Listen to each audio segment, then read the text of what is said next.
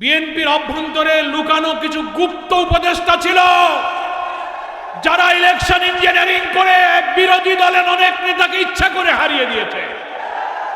তা না হলে 11 দল আমরা প্রায় 180-র মতো আসন পেতে যাচ্ছিলাম। ফলাফল ঘোষণা হচ্ছিল, কিছুক্ষণ পরে হঠাৎ সমস্ত মিডিয়াতে ফলাফল ঘোষণা বন্ধ হয়ে গেল। রহস্যজনকভাবে রেজাল্ট ম্যানিপুলেশন করে আমাদেরকে অর্থাৎ বিরোধী দলে ঠেলে দেয়া হলো। সরকারের একজন উপদেষ্টা তো পরবর্তীকালে স্বীকারই করেছেন যে বিরোধী দলকে অর্থাৎ জামাত ইসলামীকে মিন করে উনি বলেছেন যে আমরা এই দলকে মেন স্ট্রিমে আসতে দেয়নি, অর্থাৎ প্রধান সংখ্যাগরিষ্ঠতা অর্জন করে সরকার গঠনের মতো মেজরিটি আমরাই পেতে দেয়নি।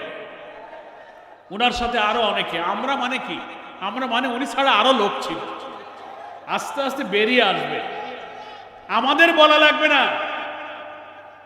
ওই উপদেষ্টা যেমন বলেছেন নিজে চুরি যে করে তার মধ্যে একটা গিল্টি ফিলিংস, চোর চোর মনোভাব থাকে, গল্পে গল্পে কোনো না কোনো সময় এক সময় বলে ফেলে। আমাদের আমির জামাত পার্লামেন্টের বিরোধী দলের নেতা উনি বলেছিলেন ইলেকশন ইঞ্জিনিয়ারিং সাথে কারা জড়িত আমরা নাম বলবো না, যারা জড়িত তারা একসময় নিজেরাই বলে ফেলবে। ঠিকই এক ভদ্র মহিলা বলে ফেলছেন, কি পারছেন না, আরো আসে লোক ভিতরে, আমাদের বলা লাগবে না, উনি বলবেন আমি কলা খাইনি, নিজেই বলবেন। আমরা সেই জন্য অপেক্ষা করছি। এখন কথা হলো,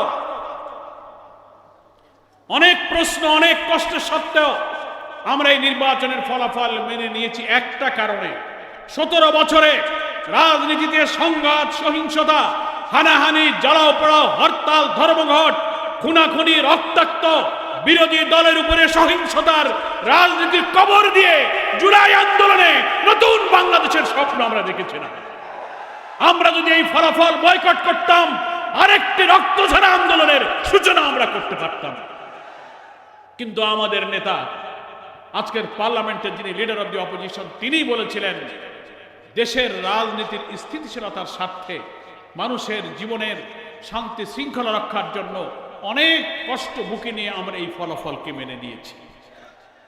তার অর্থ এই নয় যে আপনাদের ইঞ্জিনিয়ারিং জোর করে আপনারা যে ভোট ছিনতাই করেছেন, ফলাফল ছিনতাই করেছেন, এটাকে আমরা কিন্তু স্বীকৃতি দিচ্ছি না। আপনারা ঠিকই ভোট চোর হিসেবে ইতিহাসে স্মরণীয় হয়ে থাকবেন।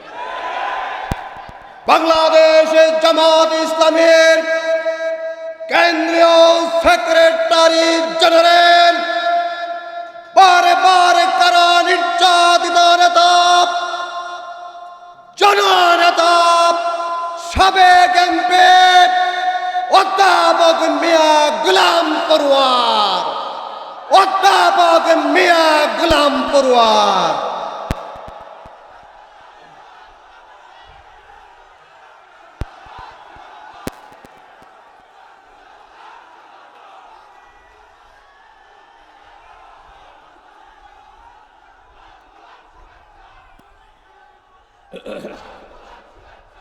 আসসালামু আলাইকুম ওয়া রাহমাতুল্লাহি ওয়া বারাকাতুহু। স্লোগানের ভিতরে আমার সালাম হারায় গেছে, আমি আরেকবার সালাম জানাই। আসসালামু আলাইকুম ওয়া রাহমাতুল্লাহি ওয়া বারাকাতুহু। আলহামদুলিল্লাহি রাব্বিল আলামিন,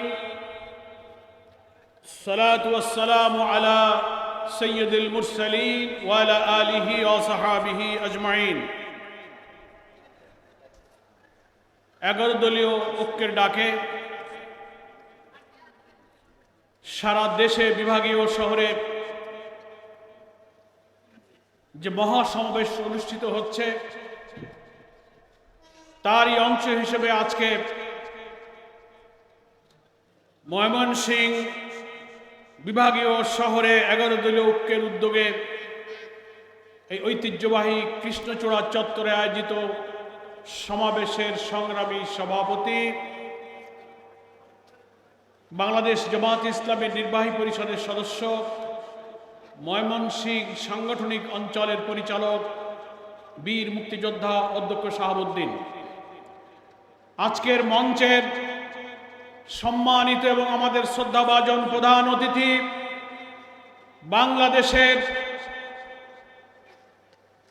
বরেণ্য আলেম দ্বীন, ইসলামী জনতার সকল আন্দোলন সংগ্রামের কিংবদন্তি, ইসলামী জনতার নয়নমণি, বাংলাদেশ খেলাফত মজলিসের সম্মানিত আমির আল্লামা মামুনুল হক, মঞ্চ ভবিষ্ঠ অন্যতম বিশেষ অতিথি জাতীয় নাগরিক পার্টি এনসিপি কেন্দ্রীয় নেতা আসিফ মাহমুদ সজীব ভুইয়া, আমাদের জাকপার সহসভাপতি, লেবার পার্টির চেয়ারম্যান সহ নিজাম ইসলাম পার্টির আমির, অন্যান্য শরিক দলের সম্মানিত শীর্ষ নেতৃবৃন্দ, সাংবাদিক বন্ধুগণ, ময়মনসিংহ এই ঐতিহ্যবাহী চত্বরের সমবেত আমার প্রিয় ময়মনসিংহবাসী,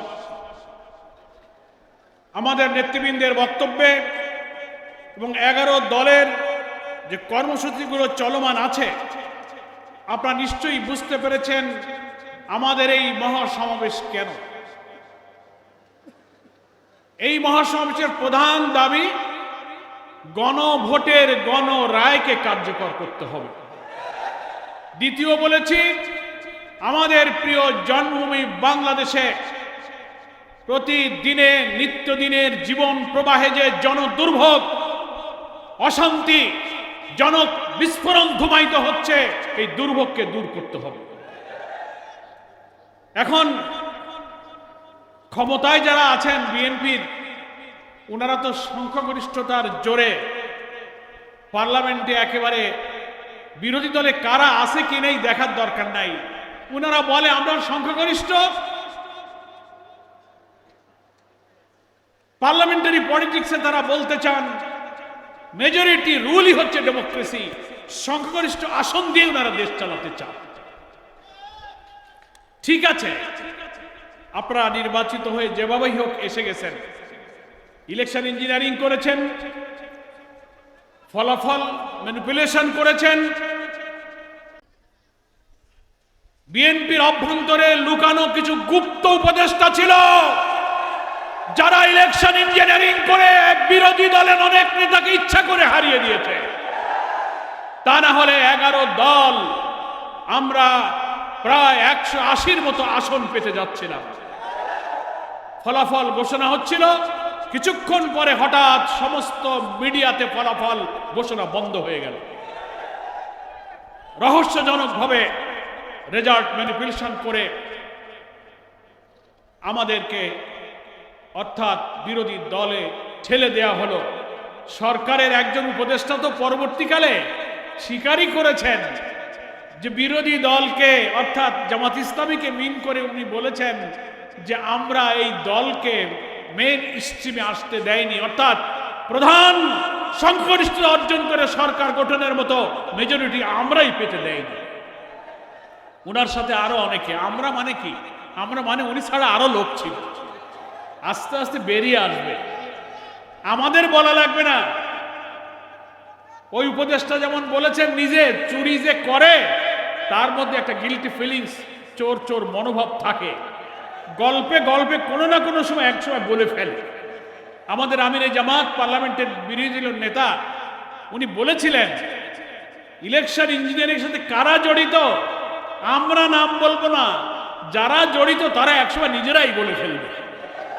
ঠিকই এক ভদ্র মহিলা বলে ফেলছেন, কি পারছেন না, আরো আসে লোক ভিতরে, আমাদের বলা লাগবে না, উনি বলবেন আমি কলা খাইনি, নিজেই বলবেন। আমরা সেই জন্য অপেক্ষা করছি। এখন কথা হলো,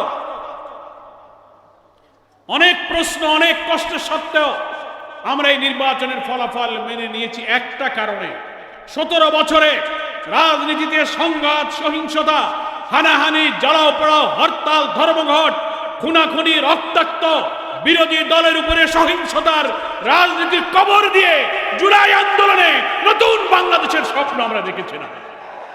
আমরা যদি এই ফলাফল বয়কট করতাম, আরেকটি রক্তঝরা আন্দোলনের সূচনা আমরা করতে পারতাম। কিন্তু আমাদের নেতা, আজকের পার্লামেন্টের যিনি লিডার অব দি অপোজিশন, তিনি বলেছিলেন দেশের রাজনীতির স্থিতিশীলতার স্বার্থে, মানুষের জীবনের শান্তি শৃঙ্খলা রক্ষার জন্য অনেক কষ্ট বুকে নিয়ে আমরা এই ফলাফলকে মেনে নিয়েছি।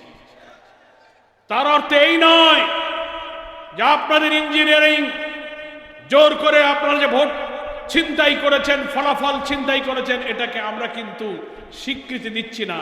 আপনারা ঠিকই ভোট চোর হিসেবে ইতিহাসে স্মরণীয় হয়ে থাকবেন।